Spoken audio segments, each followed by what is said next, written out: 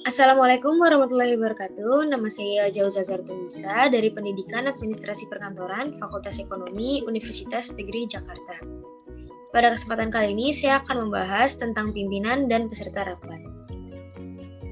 Hal-hal yang akan kita bahas pada kesempatan kali ini yaitu pengertian, jenis, syarat, dan tipe-tipe pimpinan dan peserta rapat. Yang pertama itu ada pengertian rapat. Rapat itu merupakan suatu bentuk pertemuan antara para anggota yang ada di lingkungan organisasi tertentu untuk merundingkan atau menyelesaikan suatu masalah terkait kepentingan bersama. Selanjutnya ada jenis-jenis rapat. Jenis rapat ini terbagi menjadi 3. Yang pertama itu ada rapat penjelasan atau teaching conference. Rapat penjelasan ini adalah rapat yang dilakukan dengan tujuan untuk memberikan penjelasan kepada para peserta rapat.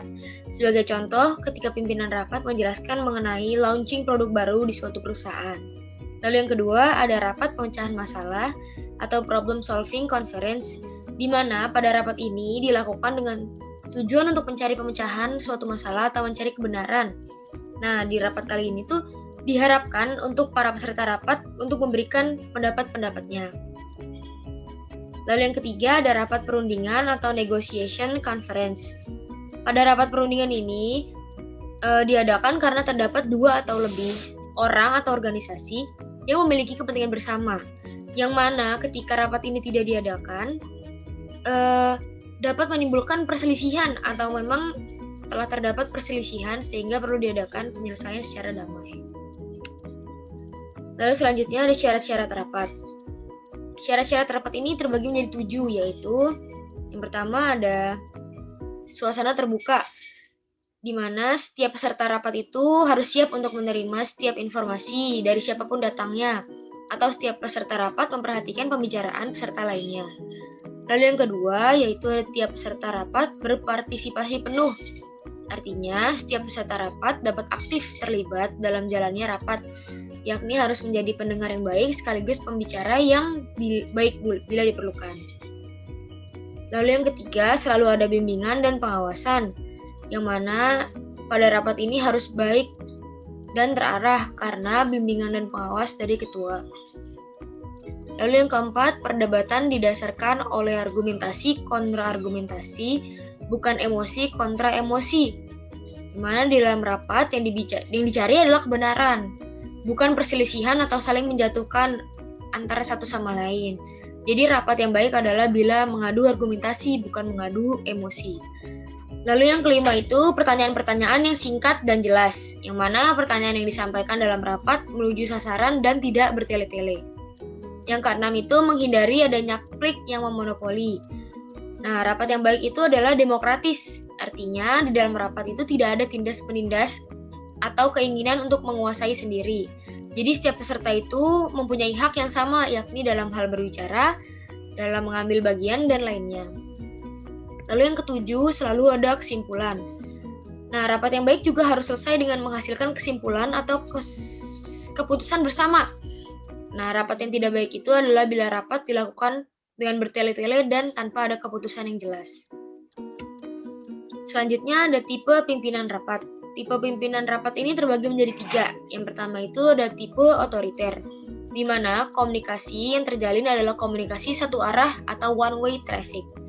Hal ini karena tipe pimpinan dalam memimpin rapat cenderung mau menang sendiri dan lebih banyak menggunakan kekerasan dan paksaan. Lalu yang kedua itu ada tipe laissez-faire atau pimpinan rapat tidak mengendalikan jalannya rapat.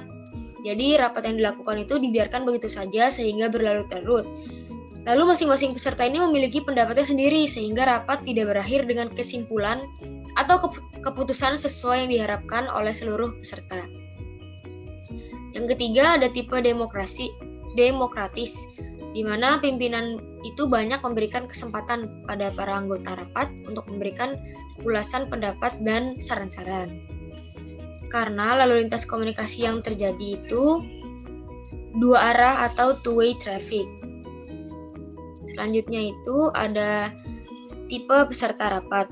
Tipe peserta rapat ini dibagi menjadi 7. Yang pertama itu ada tipe pemersatu, di mana peserta rapat ini senang mengusahakan persatuan ketika terjadi bentrokan-bentrokan yang mengarah pada perpecahan. Rapat akan berlangsung lebih baik dan beruntung bila di dalamnya terdapat peserta tipe pemersatu ini. Karena orang tipe pemersatu ini biasanya dituakan dan memiliki pengalaman yang baik. Lalu yang kedua itu ada tipe perantara. Tipe perantara ini berusaha untuk memperjelas pendapat-pendapat peserta lain yang kurang jelas. Dan juga tipe ini sangat cakap dalam menangkap arti yang diuraikan para peserta.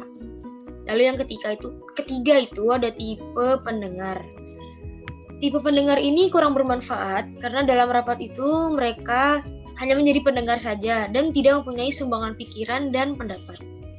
Lalu yang keempat itu ada tipe pemberi semangat, yang mana tipe ini memberikan dorongan dalam menyelesaikan tugas yang sedang dirapatkan. Lalu ada tipe inisiatif yang tampil menjadi pemeraksa di mana pembahasan harus dimulai.